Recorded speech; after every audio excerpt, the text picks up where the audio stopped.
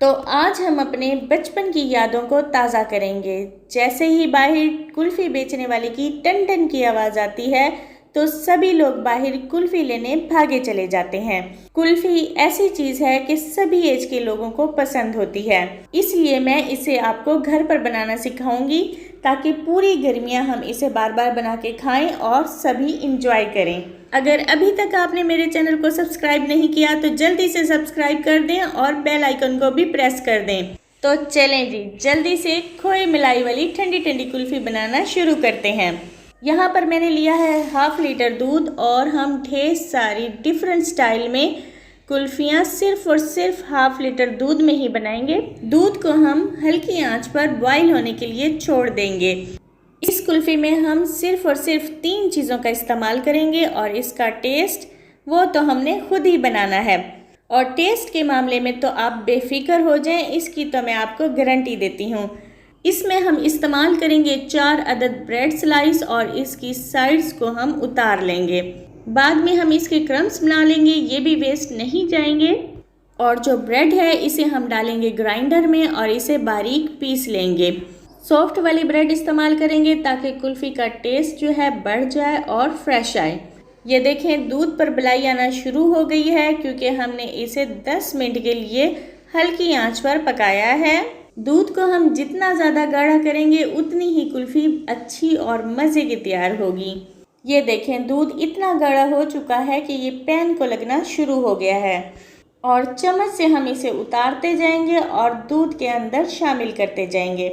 और अब हम इसके अंदर डाल देंगे 1 कप चीनी, क्योंकि चीनी के बगैर कुल्फ़ी का बनना तो नामुमकिन है। इसे भी हम दूध के अंदर अच्छी तरह से मिक्स करेंगे और थोड़ी देर के लिए और पकाएंगे। इसी स्टेज पर हमने सॉफ्ट ब्रेड के जो क्रम्स बनाए थे वो इसके अंदर डालेंगे। मैं यहाँ पर इसे आहिस्ता आहिस्ता करके डाल रही हूँ ताकि ये आपस में जुड़े नहीं। अगर ये जुड़ भी जाते हैं तो कोई ज़्यादा मसला नहीं है, हम इसे चम्मच से अलग कर लेंगे। लेकिन चम्मच को मुसलसल हिलाते जाएंगे क्योंकि ये ब्रेड है तो ये नीचे पैंदे में लग भी सकती है। इसके बाद हम इसमें डालेंगे 1 कप खोए का। ये ऑप्शनल है, अगर आपके पास है तो डाल दें, वरना आप इसे स्किप भी कर सकते हैं। इसके बगैर भी कुल्फ़ी बहुत अच्छी तैयार हो जाएगी। दूध को हम इतना पकाएंगे कि ये सारी चीज़ें जो हमने डाली हैं इसके अंदर ये सभी यकजान हो जाएं। हमें दूध को पकाते हुए तकरीबन 15 मिनट हो चुके हैं और अब देखें ये साइड से भी लगना शुरू हो गया है, लेकिन हम इसे चम्मच से साइड से अलग करेंगे और इसके अंदर ही शामिल करते जाएंगे। ये कुल्फ़ियाँ इतनी मज़ेदार तैयार होने वाली हैं कि आप पूरी गर्मियाँ इसी कुल्फ़ी को बनाना पसंद करेंगे। और जब भी घर में एक्स्ट्रा दूध होगा तो इस रेसिपी को बनाना तो ज़रूर पसंद करेंगे। काफ़ी हद तक दूध गाढ़ा हो चुका है और इस स्टेज पर हम फ्लेम को कर देंगे बिल्कुल बंद ताकि ये ठंडा हो जाए। ठंडा होने के बाद हम इसे ग्राइंडर के अंदर डालेंगे ताकि जो हमने इसके अंदर ब्रेड और खोया डाला है वो बिल्कुल मिक्स हो जाए। अगर आप इसे ग्राइंड नहीं भी करना चाहते तो ऐसे भी कुल्फ़ी बहुत अच्छी बनेगी, लेकिन मैं यहाँ पर इसे ग्राइंड करूँगी। बिल्कुल हल्का सा ग्राइंड करेंगे ताकि ब्रेड के ज़रात मुंह में इरिटेट नहीं करें और ये बिल्कुल सेम बाज़ार वाली कुल्फ़ी ही लगे, इसलिए हम इसमें किसी भी तरह की कोई कमी बेशी नहीं करने वाले। ये देखें, बिल्कुल स्मूथ सा लिक्विड तैयार हुआ है। बाकी का जो बचा हुआ दूध था इसे भी हम ग्राइंडर के अंदर डालकर इसे भी थोड़ी देर के लिए मिक्स कर लेंगे। ये देखें, सिर्फ और सिर्फ ½ लीटर दूध में हम बनाएंगे 4 अदद कुल्फ़ियाँ और 3 आइसक्रीम वाले कप, और इसके साथ ही हम एक प्लास्टिक का बाउल भी तैयार कर लेंगे। इन कुल्फ़ियों को अगर आप जल्दी तैयार करना चाहते हैं तो आप जिस जग में रख रहे हैं या जिस भी बर्तन में रख रहे हैं तो उसमें पहले थोड़ा सा नमक डाल दें और फिर कुल्फ़ियाँ उसके ऊपर रखेंगे। फ्रीज़र में ये 1 से 1.5 घंटे में ही जमकर तैयार हो जाएंगी।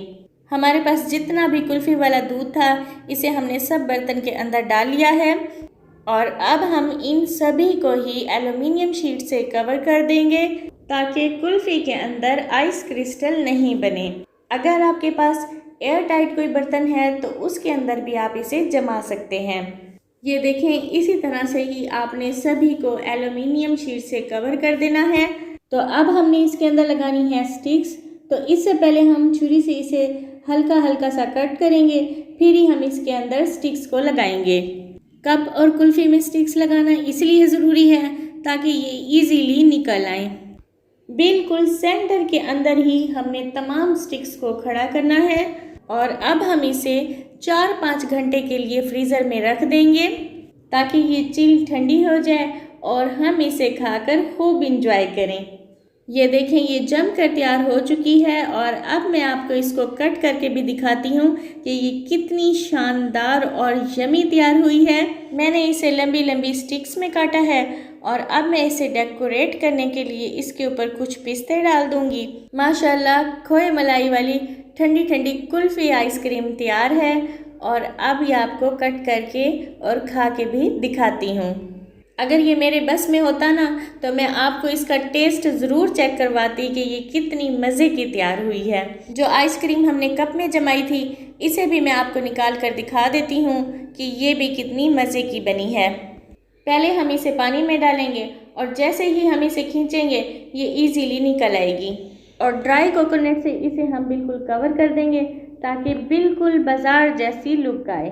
सबसे एंड में मैं खोए मलाई वाली कुल्फ़ी निकाल कर आपको दिखाने वाली हूँ और आपने वीडियो को स्किप करके कहीं भी नहीं जाना क्योंकि इस कुल्फ़ी की तो बात ही कुछ अलग है। इसे भी हम सबसे पहले पानी में डालेंगे और आराम से ही इसकी स्टिक्स को खींच लेंगे। ये देखें माशाल्लाह कितनी शानदार कुल्फ़ी तैयार हुई है। कोई भी ये नहीं कह सकता कि ये कुल्फ़ी हमने घर पर बनाई है। इस रेसिपी को देख लेने के बाद मुझे नहीं लगता कि आप लोग इस कुल्फ़ी को बनाना पसंद ना करें। ज़रूर ट्राई कीजिएगा और मुझे कमेंट्स करके ज़रूर बताइएगा कि आपको आज की रेसिपी कैसी लगी है। दुआ में याद रखें। अल्लाह हाफिज़।